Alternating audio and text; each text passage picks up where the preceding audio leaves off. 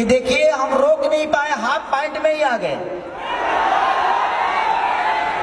आप लोग अगर ज्यादा जीत करिएगा तो हम कच्चे पे भी आ जाएंगे, क्योंकि आपकी मोहब्बत हमें बनाई है। मैं भी आप ही की तरह एक इंसान हूं। और अमरपाली दुबे या सोना पांडे, इनका गाना आपने सुना होगा कि ए रजाई बाजारे ले ले ये कोको कोला, तो ये भी यहाँ पे आई है। रामरोचा अच्छा, इनमें कितना लोग भोजपुरी के प्यार करला तनी हल्ला करके बताओगे, और कितना लोगों के पास मोबाइल बा तनी अपन लाइट जला के बतावल। सब लोग अपना फ्लैश लाइट जला के बतावे कि पूरा विश्व में ये बात के डंका बजे के चाहे कि